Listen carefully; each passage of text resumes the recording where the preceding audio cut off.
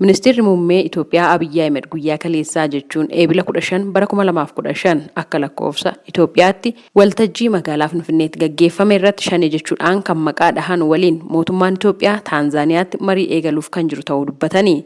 Ministeerri muummee Abiyyi Ahmed kana kan dubbatanii sirna beekamtii kennuu fi galateeffannaa qaamolee waraanni Tigraay akka dhaabbatuuf tumsaniif waltajjii magaalaa Finfinneetti qophaa'e irrattidha. ከኦነግ ሸኔ ጋር የሚደረገው ድርድር ከነገ ወዲያ በታንዛኒያ ይጀምራል። አባው ሸኔ ወሊን ወሊገልቴን በሪ ታስፈሙ ኢፍታን ታንዛኒያatti ni eegalama. Waligaltee kana mootummaan Itoophiyaa fi uummanni Itoophiyaa cimsanii barbaadu. Lammiileen marii kana irratti hirmaatan hundumtuu guyyaa har'aa yaadachaa walitti bu'iinsa irraa waraana irraa bu'aa homtuu akka hin argamne beekanii seeraaf sirna hordofnee dhiifama waliin jennee biyya keenya waliin ijaaruu fi waliin toora qabsiisuu dandeessisuu qabna.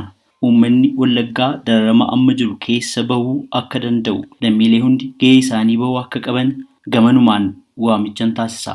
Dubbii ministeerri muummee Itoophiyaa Abiyyi Ahmed dubbatan hordofuudhaan ibsa kan baase waraanni bilisummaa Oromoo mariin eegalamuuf jedhame kun qabatamaa fi sirrii ta'uu mirkaneessee jira.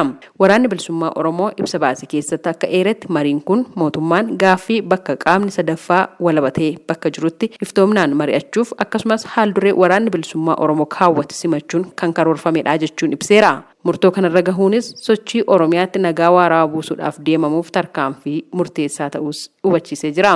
Haa ta'u malee jecha shanee jedhuun waraana bilisummaa Oromoo ibsuun fudhatama kan hin qabnee fi dhimma sirraa'uu qabu akka ta'es waraanni bilisummaa Oromoo hubachiisee jira.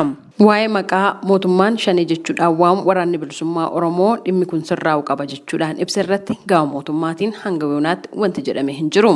Dhimma kanarratti jiraattonni naannoo Oromiyaa godinaalee rakkoon nageenyaa keessatti mudachaa ture keessumaayyuu wal waraansi mootummaa Itoophiyaa fi waraana bilisummaa Oromoo gidduutti taasisamaa tureef taasisamaa jiru jiraatan qaamoleen lamaan mariidhaaf qophii ta'uun isaanii gammachiisuu sagalee Ameerikaaf himaniiru. Waggoottan arfan darban keessa sababa wal waraansa mootummaa fi waraana bilisummaa Oromootiin uummanni dararama hedduudhaaf saaxilameera jechuun kan ibsan jiraata godina Qeellam Wallaggaa magaalaa Dambidolloo ta'uu isaanii kan himan maqaan isaanii akka hin waamne kan gaafatan namni tokko yeroo ibsan wanta kana gaafa dhageenyu baay'ee gammannee wanta yeroo dheeraadhaaf hawwaa turredha. Waliigalteen nagaa mootummaa biyya kana bulchuu fi waraana bilisummaa Oromoo gidduutti gaggeeffamuuf wanta jedhu dhaga'amuunsaa wanta baay'ee gammachiisedha. Keessattuu immoo an yaaddoon koo kan ture mootummaa qofaa biraa haasa'ama jedhee yaaddee ture. Egaa waraana bilisummaa Oromoo ibsa baaseef gammachuu guddaan natti dhaga'ame. Maaliif waan kana kan beeku nama rakkoo kana keessa turedha. Biyya kana keessa lolli hedduun isaa kan gaggeeffame waraana bilisummaa Oromoo mootummaa gidduutti gara caalaansaa akkuma beekamu Wallagga keessatti lolli tokko naannoo tokkotti gaafa gaggeeffamu miidhaansaa baay'eedha. Yoo lola sana keessa jiraachuu baatte illee daandiin cufamuudhaan maatii kee keessa namni jiraa miidhamuudhaan nagaama dhabuun sagalee dhukaasaa dhaga'uun illee daa'imaaf illee dhiphina hamaa keessa ture jechuudha. Uummatii waggoottan 4-5 darban kana keessa sababa lola kanaatiin jechuudha. Obbo Asaffaa Addunyaa godina Shawaa Kaabaatti jiraataa aanaa Yaayyaa Gullalleeti. Jechi kun soba moo dhugaadhaa saayyuu amanuu dadhabnee maal jennaanii nuti akka hoggaa sadan kana keessa akkaataan nuti itti jiraannu uummanni goda kana keessa jiranii du'aaf jireenya gidduu jirraa maatiin kan du'e awwaallannee abbaan yalaa du'e ijoolleen awwaalcha abbaarra erga hanqatanii asuma Finfinnee ta'anii erga maatii bira dhufuu dhiisanii yaalli fayyaa erga dhabamee barnoon erga dhabamee hoggaa sadan kana lakkoofseera. Gaafa araarri bu'uu fi jedhanii tooyi wanni akkanaa darbeera mootummaa irraa gaafa jedhan gammachuu guddaatu nutti dhaga'amee waan itti makatee dhuguma araarri kun galma yoo nu ga'ee ammatti dhuguma isaa warri qawwee of harkaa qaban ofii humna walgituu qabanii jidduutti kan miidhamee uummata bal'aadha.